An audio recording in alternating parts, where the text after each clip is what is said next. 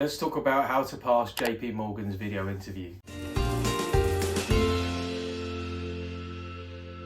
What's up guys, it's Mike from Job Read English here with another Pass the Interview video.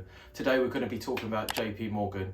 We love producing content that helps you get jobs. If you'd like to see more videos like this, make sure that you subscribe to the channel, click a like on the video and drop us a comment down below and let us know how we did, how you did in your interview and what other videos that you would like us to make. So today we're going to be talking about one of the biggest and most prestigious banks in the world, JP Morgan, and how to pass the interview. We're going to start off with 5 fast facts about the company that you can use in your answer for why this company. We're then going to talk about what the interview process is going to be like, the most common questions that we found from publicly available sources, and finally we're going to cover some other questions that we found interesting and get you to think about how you can answer those questions for yourselves as you prepare for your interview.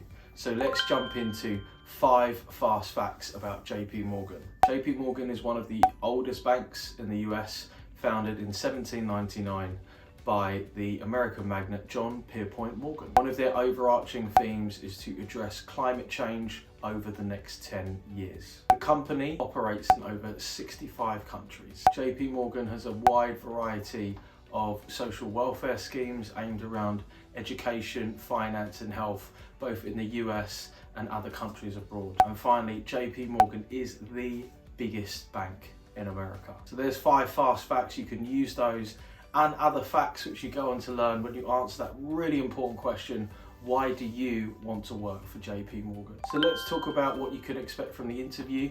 This is going to be a higher view video interview. You can expect 5 questions. You're going to have 2 minutes to answer those questions and 30 seconds to answer. So if you're thinking about writing interview scripts, don't forget that you want to be writing about 100 words per minute. We tend to find that anybody who's speaking faster than 125 words per minute is going to be gasping. Don't forget, if you're looking for a course which is going to help you pass the JP Morgan video interview, then you check out our JP Morgan interview prep pack in the description down below, which contains the research note, which I'm reading from, a 60-minute course to pass interviews, and all of the scripts and templates that you're going to need to write out your answers with helpful sample answers, as well as 30 plus other courses aimed around helping you pass every single part of the job application stage. So let's go through the most common questions. We identified 8 of them.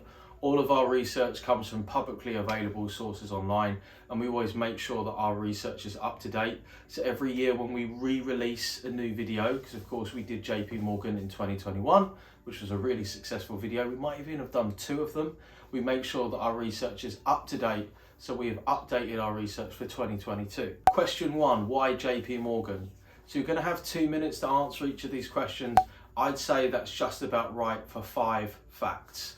So these could be finance, revenue, new schemes, news, awards. There's loads of different things you can pick from. One thing I really want to emphasize to you is try to pick facts about JP Morgan which really resonate with you, at least 1 or 2 of them.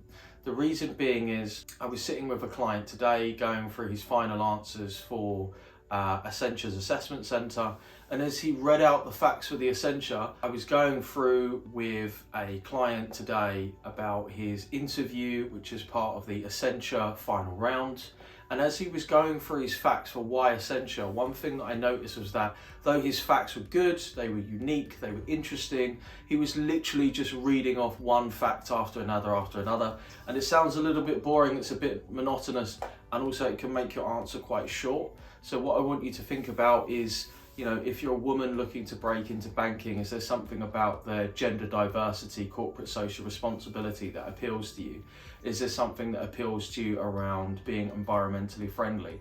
There's lots of different angles that you can look at with that, but I find that coupling that with 1 or 2 of the facts really makes for a more personal answer when you're trying to put all of those together and answer, why do you want to work for this company?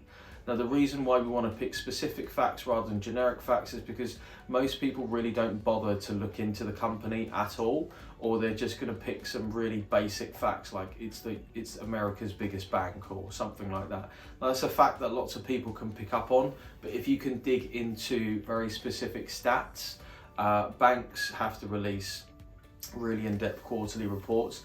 And if you're not a financial person, one good thing to think about is why don't you look at the press kit or the media release that they release every quarter, because you'll find that all of this, very long document has been condensed into a couple of pages with really easy to understand language. So that's a great place to start. Question 2, why this role? So when you're answering why this role, what you want to avoid is just saying, well, I think I'd be really good because I'm young, I'm bright, I'm intelligent, I'm hungry, and I've studied this degree. That's all fine, but it's also what everybody else is going to say. The way that you want to approach it is, number one, what are you going to do in the job? Really demonstrate in the interview that you understand the job description. So the first minute of your answer, you're literally going to be saying, well, as a finance analyst, as a commodities broker, I would be da da da. If you just think about what would you be doing throughout that day, so you're really clearly demonstrating that you know what you're going to do. The next thing that you're going to want to bring up from the job description is, what skills do you have? So why do you have the right skills for the job? What are the specific skills that they're looking for? Probably in a minute you could cover 4 or 5. And are there any hard skills, languages, coding languages, certificates, qualifications, anything that they're really specifically looking up for? Because I can guarantee you that the HireVue algorithm is going to be looking to pick out those keywords when it analyzes your answer. Question number 3, tell me about a time that you showed leadership. So this is a competency-based question. If you're not sure how to answer them, you should use something like STAR. If you don't know what STAR is, then I suggest you go down, check out our interview success secrets prep pack, where we break down, I think, like 20 or 30 different questions, how to use the STAR format, what examples is, what's the system that you should use. But really, you can Google it online and look it up yourself. It's no secret. But you're looking for an example of leadership. A really important thing about leadership is, yes, communication is great, resolving conflict, but ultimately it's about a time when you've led somebody to get a result. That could be leading yourself, it could be leading a team, it could be overcoming some difficulties, but the result is really quite important, because ultimately the leader is the captain of the ship who's in charge of trying to get that ship to its destination. Question 4, what experience do you have which is suitable to this job role? Now this is going to be an easy question for answer if you do have experience. So obviously you would talk about that. What I really want to talk about is, what do you do if you don't have experience? I know that a lot of students and graduates, they may have minimal experience when it comes to finance and banking, or they might kind of think that the experience that they have isn't relevant. So I really want to speak on this. Remember when we talked about why this role, think about the skills that you're going to need. So as a kind of general summary, the skills that you're looking for are like leadership, analytical skills, problem solving, some element of numerical ability, interpersonal skills, resolving conflict, working under pressure.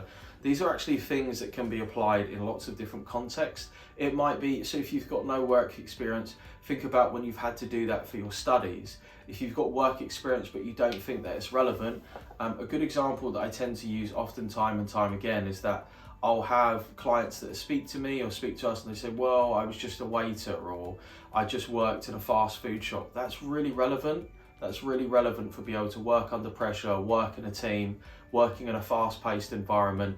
You might not think that it's relevant, but really all that's different is the products that are being sold and the price that is being charged.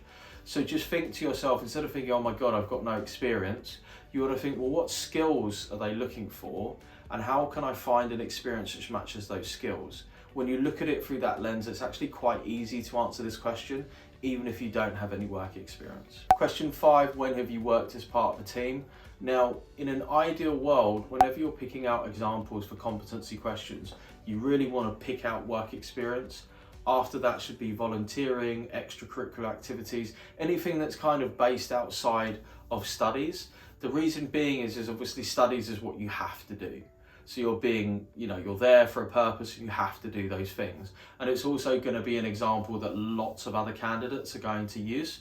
So if you do need to use your studies, really think to yourself, when you're talking about teamwork, not just about what you did, but also how you helped other members of your team, how you went above and beyond to really help the team to reach their goal. I wouldn't talk so much about what everybody else did. You can talk about that in a very general way. But what's really important is, if I was a student trying to answer this question and also thinking about, well, what about, what am I going to pick up from my academics?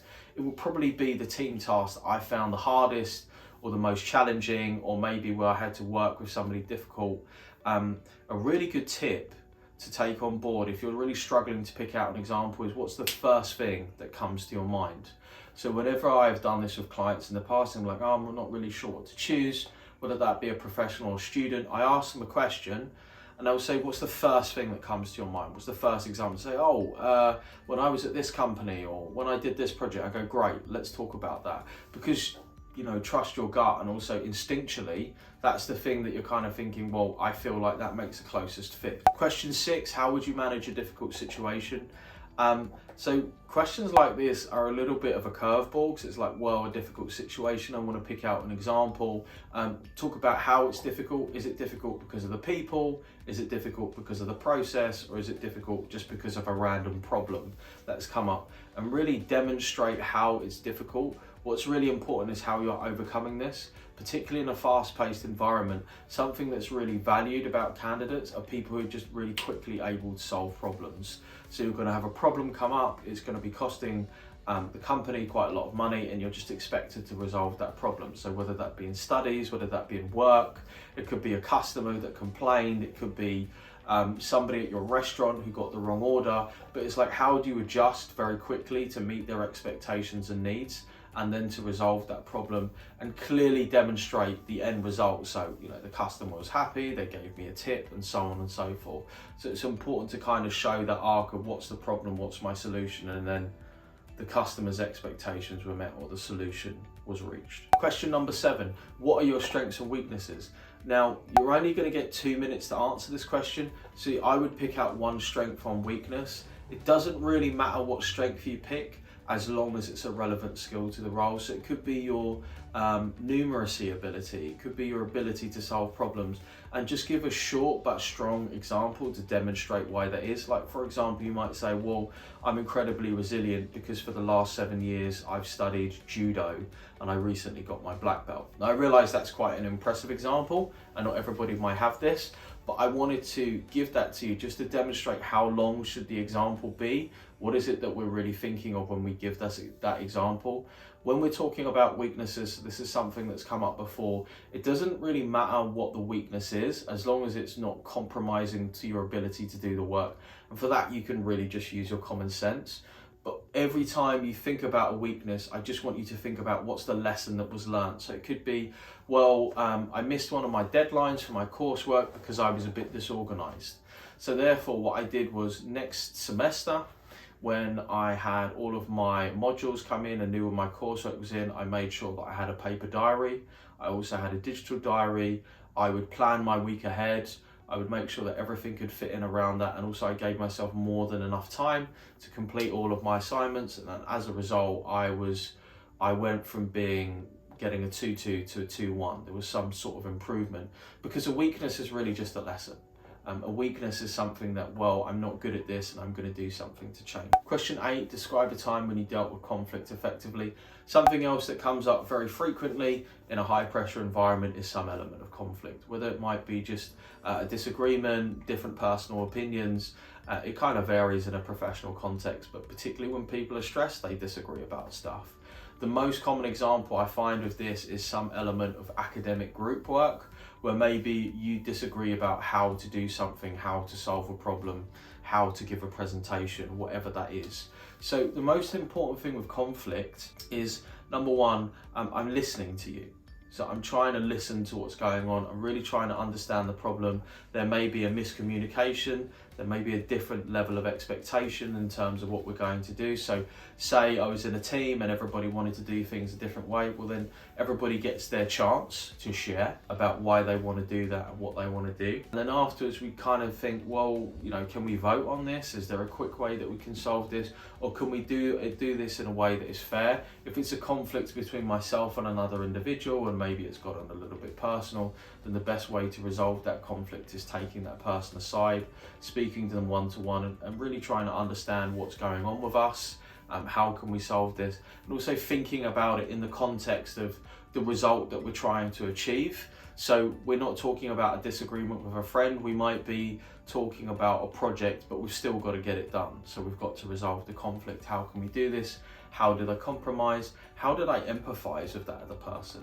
How did I make them feel heard? So let's cover 5 other questions that we came across, just kind of quick fire. Where do you see yourself in 5 years' time? Here, at JP Morgan, at some element above in the ladder. Never somewhere else, never doing something else, not even in another country. It would be like right here working with you, doing whatever I would be doing, whatever you would be doing in 5 years, I would be doing that thing. What could you bring to JP Morgan as a team member? So this is a really good opportunity to kind of sell your skills, sell your experience, and match that up with the skills and experience that they're looking for. How do you deal with failure? This is a great question. So failure is something that we all come across. We want to demonstrate this as an example. We've all failed at stuff. And what we really want to talk about is, of course, it's not about getting knocked down, it's a bit about getting back up. So a lot of time, in a failure, there is that sort of, almost that mourning of the expectation, the grief that goes with that.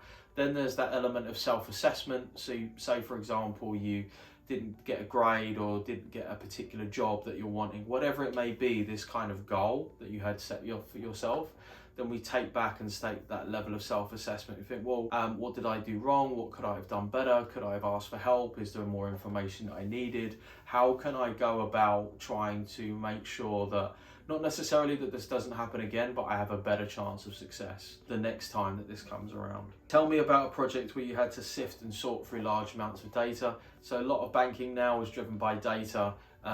Definitely graduates and professionals who have some sort of data sorting skills are really in high demand. So what I'd say for that is, first of all, making sure that the data is correct, being clear on what you need to do, asking for help if it's required, seeing if this has already been done through someone else, going through it in a systematic process, checkpointing your work as you go along the way, because of course, like 1 degree of difference or 1 degree of mistake, if made many, many times, can all of a sudden turn us round into circles. So you might do a little sprint, then turn around to a colleague or your manager and say, look, am I doing this right? Does this look okay to you?